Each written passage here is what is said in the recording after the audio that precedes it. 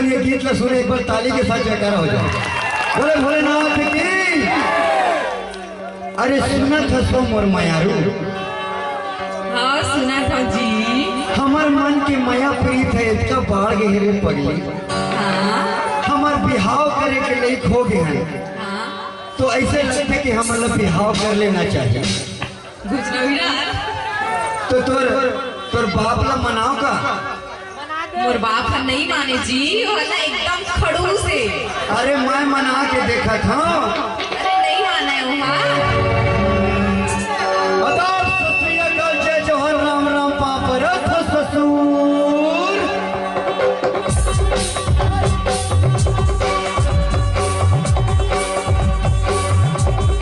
नाम हवाई मोर तुलसी बस 36 गणमा हवा में खास नहीं खिलाऊं मैं सटा उतार नहीं तो मैं सबसे बिंदा सुन सुनावा तोला देख देख देख दिखावा तोला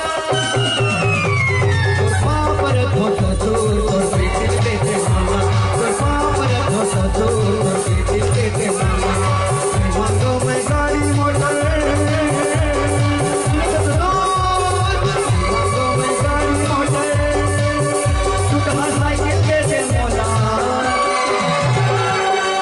अरे ते नहीं सुधर चले नहीं सुधर चले लड्डू तोर पापरथ ससुर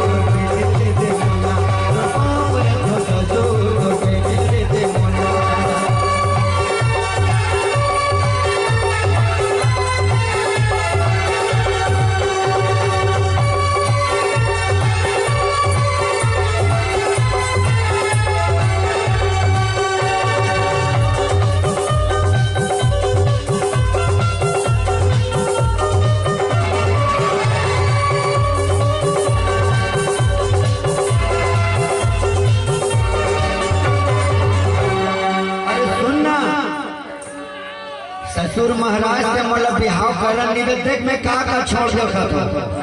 गोवा ला छोड़ दे हो काम चला हो दिल्ली ला छोड़ दे हो मामा निपटा हो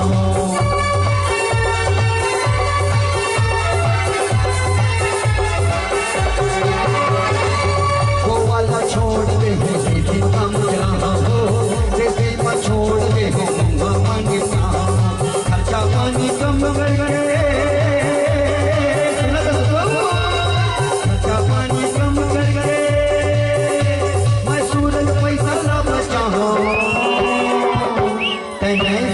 नहीं सुधरत रे ते जाओ देवर तोर पापरथ ससुर तोर बेटे दे मोला तोर पापरथ ससुर तोर बेटे दे मोला।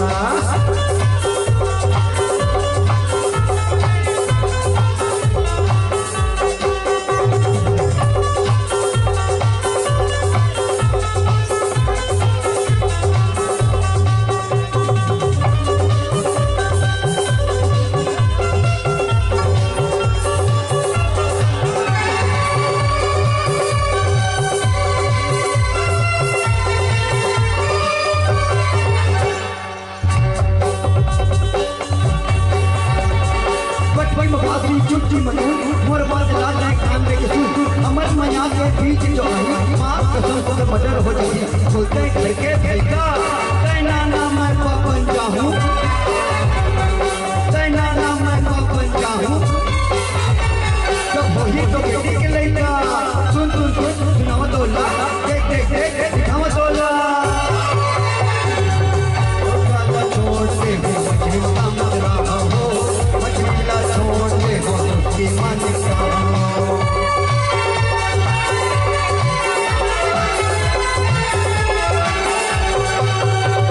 अरे सुन ससुर मैं हम बकरा भी छोड़ दूँ मछली भी छोड़ दूँ सुस्ती मिली तेल काम चला दो रे भाई।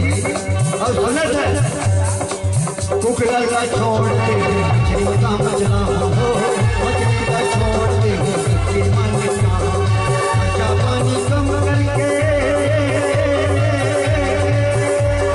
सुना तो खर्चा पानी कम करके मैं सूरज पैसा ला बचाओ नहीं सुधरत रे नहीं सुधरा तोर पापरथ ससुर तोर बेटे दे मोला तोर पापरथ ससुर